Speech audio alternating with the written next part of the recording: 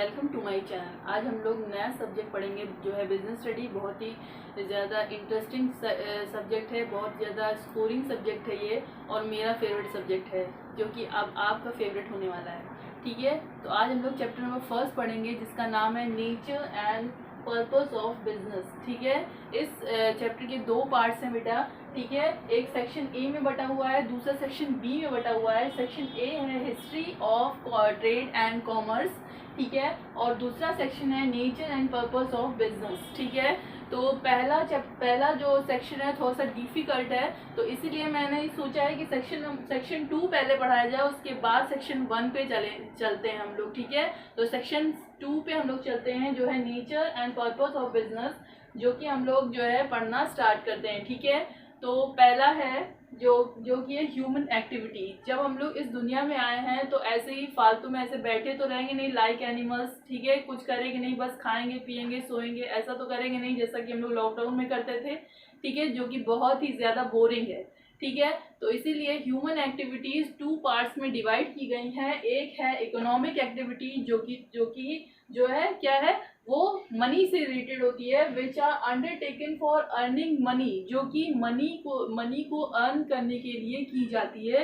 वो एक्टिविटीज जो मनी को अर्न करने के लिए की जाती है वो क्या है, वो है इकोनॉमिक एक्टिविटीज। ठीक है, जैसे कि हम लोग जिसे जो है 3 पार्ट में डिवाइड किया गया है, बिजनेस, प्रोफेशन एंड एम्प्लॉयमेंट, जिसका डिफरेंस हम लोग आगे अभी आने वाले चैप्टर में पढ़ेंगे। ठीक है, इसी चैप्टर में आगे पढ़ेंगे। ठीक है, और दूसरा पार्ट है नॉन इकोनॉमिक एक्टिविटी, जो कि साइकोलॉजिकल सेटिस्फेक्शन के लिए जो है हम करते हैं, वो नॉन इकोनॉमिक एक्टिविटीज होती हैं, जैसे कि लव हुआ, अफेक्शन हुआ, चैरिटी हुई हैं, और कहते हैं टेम्पल जाना। ठीक है, जो कि हमारे साइकोलॉजिकल सेटिस्फेक्शन के लिए होता है, वो नॉन इकोनॉमिक एक्टिविटीज में आता है। ठीक है, तो बिजनेस स्टडी जब हम लोग पढ़ रहे हैं तो बिजनेस स्टडी पढ़ने से पहले हम लोग जो है बिजनेस की डेफिनेशन पता करेंगे कि बिजनेस स्टडी अगर हम लोग पढ़ रहे हैं तो बिजनेस का मतलब क्या होता है, what is the meaning of business, what is the definition of business, हम लोग ये पता करेंगे, ये जानेंगे हम लोग। तो बिजनेस क्या है, business is an economic activity which is concerned with providing goods and services to the society with the main aim of earning profit.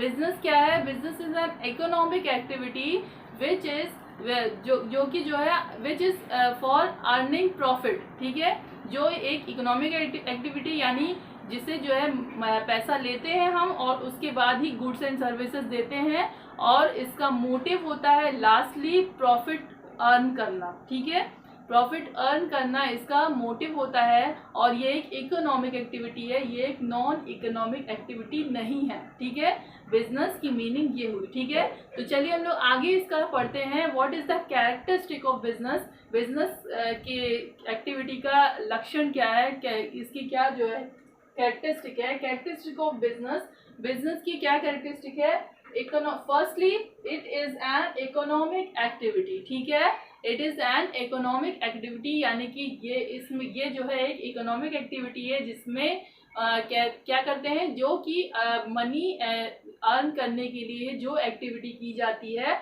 वो ही इकोनॉमिक एक्टिविटी होती है। ठीक है, तो ये जो है बिजनेस जो है इकोनॉमिक एक्टिविटी है, यानी कि जो बिजनेस अपनी गुड्स एंड सर्विसेज को क्या करते हैं, मनी लेकर ही जो है अपनी गुड्स और सर्विसेज देते हैं, वो क्या है, इकोनॉमिक एक्टिविटी है, उसे ही हम लोग बिजनेस कहते हैं। जैसे कि बिजनेस हुआ, प्रोफेशन हुआ, एम्प्लॉयमेंट हुआ, ये सब जो है क्या करते हैं, बिजनेस जो अपनी गुड्स और सर्विसेज को देते हैं और क्या लेते हैं, उसके बदले में मनी लेते हैं। ठीक है, तो इसका सबसे पहला लक्षण है, सबसे पहला कैरेक्टरिस्टिक क्या है, it is an economic activity. ठीक है, सेकेंड हमारा है प्रोडक्शन और procurement of goods and services, जहाँ पे गुड्स और सर्विसेज को जो है प्रोड्यूस किया जाता है, प्रोडक्ट किया जाता है, बनाया जाता है, क्या करने के लिए, प्रॉफिट अर्न करने के लिए। ठीक है, जो कि एक इकोनॉमिक एक्टिविटी है, हम लोग पहले ही पढ़ चुके हैं, जिसमें हम लोग गुड्स और सर्विसेज को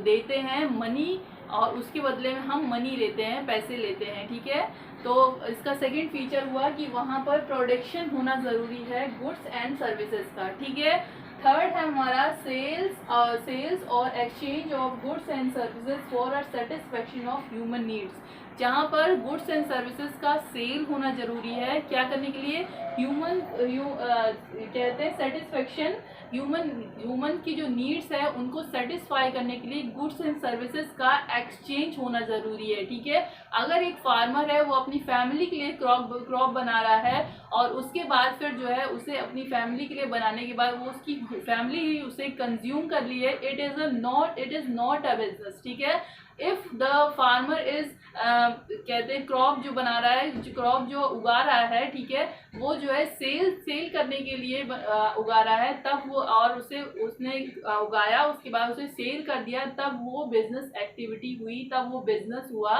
ठीक है, अगर उसने फैमिली के लिए यूज़ कर दिया तो वो बिजनेस नहीं हुआ। अगर उसने अगर उसे सेल किया है तभी उसे बिजनेस एक्टिविटी में यानी बिजनेस कहा जाएगा, वो बिजनेस एक्टिविटी कहलाएगी। ठीक है, फोर्थ कैरेक्टरिस्टिक हुआ डीलिंग इन गुड्स और services on a regular basis. जैसे कि अगर हमारे पास एक फ़ोन है, मोबाइल फ़ोन, ठीक है, फॉर एग्जाम्पल एक हमारे पास मोबाइल फ़ोन है, उसके बाद हम उसे कुछ दिन 1 ईयर यूज़ करते हैं, उसके बाद फिर हम उससे जो है थोड़ा सा बोर हो जाते हैं, उसके बाद उसे हम सेल कर देते हैं और नया वर्जन आ जाता है उसका, तो हम नया फ़ोन ले लेते हैं। ठीक है, और फिर इसे क्या आप बिजनेस कहेंगे? ठीक है, वीडियो को जो है पॉज कीजिए और सोचिए क्या ये बिजनेस है?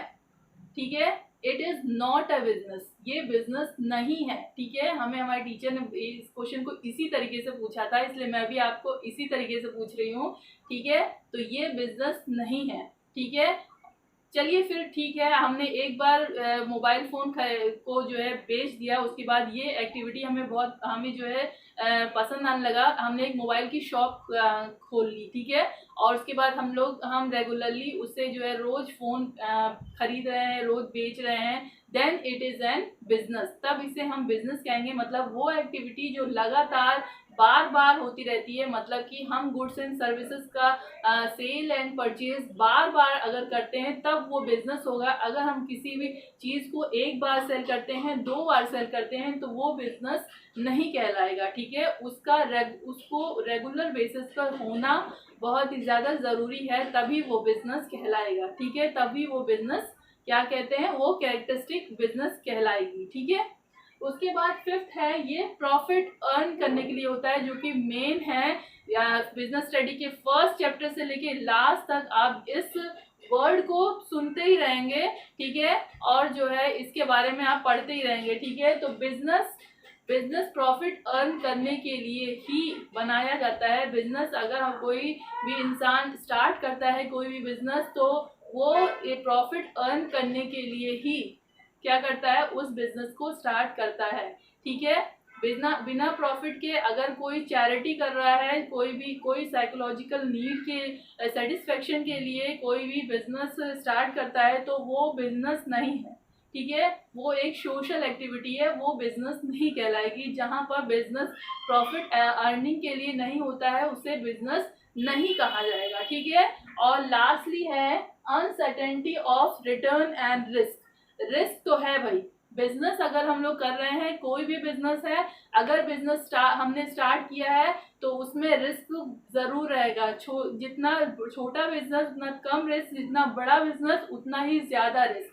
जितना ज़्यादा हम रिस्क उठाएंगे उतना ही ज़्यादा प्रॉफिट हम अर्न कर पाएंगे। ठीक है, तो बिजनेस में हमेशा अनसर्टेनिटी ऑफ रिस्क ज़रूर शामिल होता है। जैसे कि अगर कोई भी शॉप है, वो अगर जो है किसी भी तरीके की शॉप है, अगर दूध की शॉप हम बनाते मतलब कि स्टार्ट करते हैं, तो क्या होता है, दूध खराब होने का खतरा है। ठीक है, चोरी होने का खतरा है, आग लगने का खतरा है।